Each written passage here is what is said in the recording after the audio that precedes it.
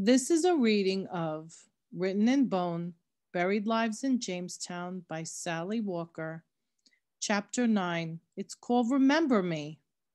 And let's look at the picture on page 127.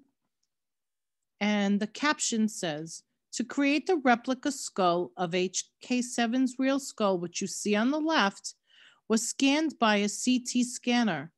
The computer created a virtual image of the skull, which you see on the right, that was used to make the replica skull. At the bottom, there's a picture and the caption says, forensic artist Joanna Hughes placed markers on the replica skull to stand for the thickness of skin and facial muscles. All right, so let's read the text. The scientists and historians who have studied the human remains found throughout the colonial Chesapeake area have learned a great deal about these individuals, from their diet and health to their social status. Many secrets once lost to time have become part of our recorded history again. One thing that no one could determine in a laboratory or an archive, however, was what the colonists had looked like when they were alive. Very few were drawn or painted in their lifetimes.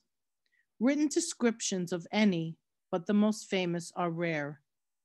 Forensic artists focus on solving the puzzle of appearance. Working with forensic anthropologists, these skilled specialists use many skull analyses to create lifelike images of the dead. The key to this endeavor is the fact that many facial features of a living person are determined by bone features in the person's skull. Someone with a wide face has broad cheekbones. For example, while a bent beak-like nose corresponds with a similarly shaped nasal bridge, the bone above the nasal hole, that doesn't sound right. Someone with a wide face has broad cheekbones, for example, while a bent beak-like nose corresponds with a similarly shaped nose bridge, the bone above the nasal hole.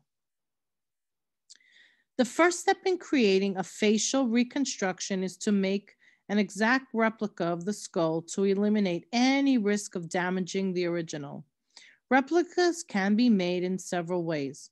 For example, the skull of the teenage girl from Harley Knoll was reproduced with a computer tomography scan or CT scan. This type of scan is used in the medical field to create images of tumors and other internal medical conditions. Instead of making a single image like as a regular X-ray machine would, a CT scanner makes many digital images called slices, which form a complete image when combined. Each slice contains hundreds of digital measurements. A computer translates these measurements into points that can be plotted on a three-dimensional 3D grid. When all the points are plotted, a 3D image of the skull can be displayed on a computer's monitor. The image created by a CT scan is digital. It exists only within the computer. For the artist to create a facial reconstruction, the image must be translated into a solid object. A technician transfers the digital data to sophisticated machinery that uses computer-guided precision tools to manufacture a replica skull. The result accurately reflects the surface features of the original skull, including the tiniest cracks, depressions, and raised areas.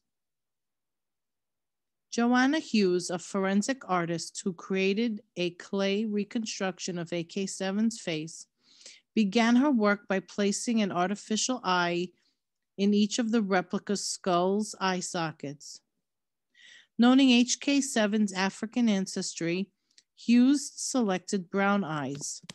Next, she consulted a chart created by anthropologists based on known measurements of facial tissue and underlying muscles. Using this data as a guide, Hughes glued markers to the replica to represent the thickness of the living tissue and muscles of a person of AK7's age, size, and ancestry would have most likely possessed. I use about 15 markers per skull. The markers are actually erasers. They're placed on specific points on the skull, explains Hughes. Based on the size and location of the markers, Hughes added oil-based clay to the replica to form tissue and features. Oil-based clay doesn't dry. It remains soft to the touch, so artists can rework the features as needed. The hardest features to do are the ears and eyelids, Hughes noted. Ears are very complicated because there are a lot of nooks and crannies that are hard to sculpt, and eyelids are very small and thin. Owsley and Brewelhide worked closely with Hughes as she developed the reconstruction. They made suggestions and corrections based on their analyses of the skull shape and features. Once her work was completed, the soft clay reconstruction was shipped to Studio EIS, a sculptor and design studio whose sculptors specialize in creating historically accurate sculpture. We'll continue the process from where the forensic artists left off, using exactly what they've given us, but in a different permanent material, explained Ivan Schwartz, the studio's founder and director. The sculptors began by creating a plastic mold of Hughes's clay sculpture. The wet plaster is applied directly to the oil-based clay and allowed to solidify, exclaimed Schwartz. Because oil-based clay repels the water in plaster, the hardened plaster didn't stick to the clay. The resulting plaster mold was pulled off the sculpture and filled with water-based clay. Studio EIS's sculptors then removed this clay cast from the mold and began to finalize the details of the reconstruction. The sculptors added precise features to give the reconstruction the look of a living person.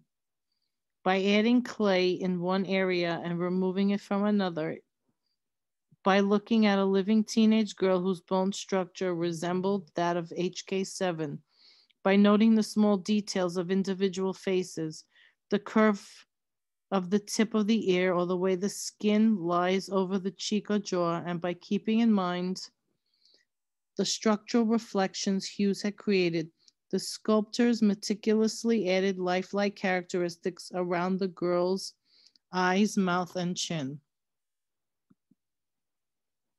The use of clay allowed the sculptors to continually refine these details until Owsley and Brewelhide gave their approval to create the final permanent reconstruction. The sculptors then created one more mold by applying a flexible rubbery material called silicone to the sculpture, allowing it to dry and peeling it off the clay. The silicone mold was filled with plaster. After this plaster cast dried, an artist painted it to complete the facial reconstruction. The result is a lasting, durable sculpture worthy of museum display. It's also the first such reconstruction of an African colonist of African ancestry. It is the first such reconstruction of an American colonist of African ancestry. The creation of facial reconstructions perfectly illustrates how two seemingly different disciplines, science and art, can complement each other. The combination of Owsley and Brewelhide's scientific analysis and interpretation of a skull's bony features with the artistic talents of sculptors who specialize in forensic work gives us a rare opportunity. Despite the passage of centuries, we can come face to face with people who lived long ago, further strengthening the skeletal story that has already established a connection between us.